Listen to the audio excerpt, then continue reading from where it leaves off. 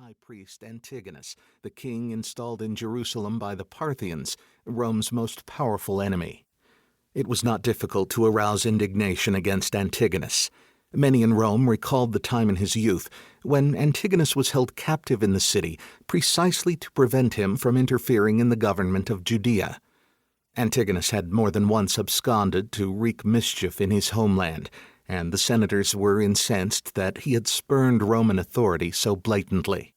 Now he was declared an enemy of the Roman people. Rejection of the legitimacy of Antigonus's rule was simple, but no amount of rhetoric would make a practical difference to his position in Judea while he had the committed support of the Parthian forces which had brought him to power. The solution put before the Senate was bold.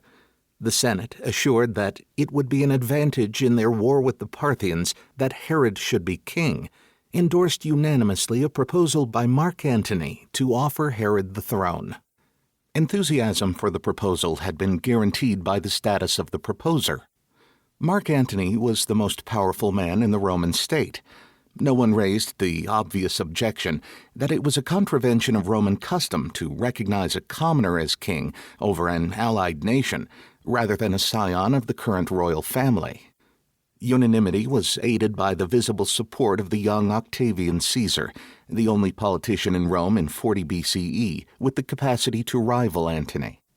Only a few months earlier, war had threatened between the two men, but in October they had agreed on an accommodation which satisfied the immediate ambitions of each, and in November they had sealed their pact through the marriage of Antony to Octavian's sister.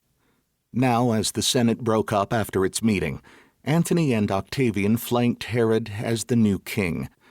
A powerful athletic figure, distinctive in his Greek tunic among the crowd of robed senators, walked in formal procession behind the consuls and other magistrates from the Forum up to the Capitol to place there a copy of the decree which had just been passed and to attend a sacrifice to Jupiter Capitolinus. This dazzling first day of Herod's reign was rounded off with a feast provided in his honor by Mark Antony. Everything had happened at extraordinary speed. Within a week, Herod had left Italy and set off to take control of the kingdom so unexpectedly granted to him. 3 years of arduous military operations followed before Herod was able to oust Antigonus and gain control of his capital, Jerusalem. But his reign was to last 36 years until his death in 4 BCE. His rule brought him into close contact with many of the most powerful figures in the Roman world.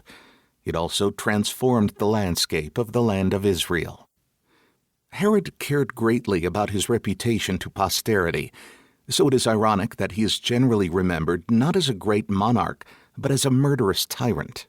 With colossal ambition and vast expenditure, he created a legacy which has survived up to the present day, including spectacular building projects on the grand scale, among them the monumental reconstruction of the Temple in Jerusalem, with the vastly extended platform that still dominates the ancient city.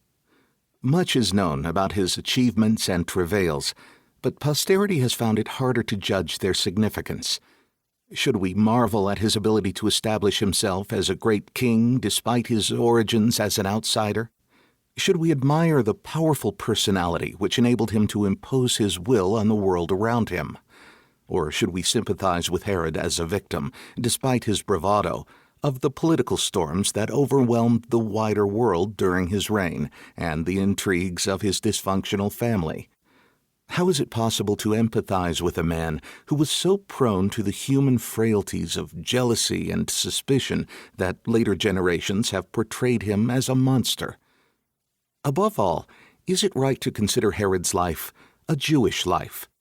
Modern visitors to Israel view the extant remains of his building program, from Caesarea to Masada and Herodium, as visible evidence of Jewish rule over the land 2,000 years ago.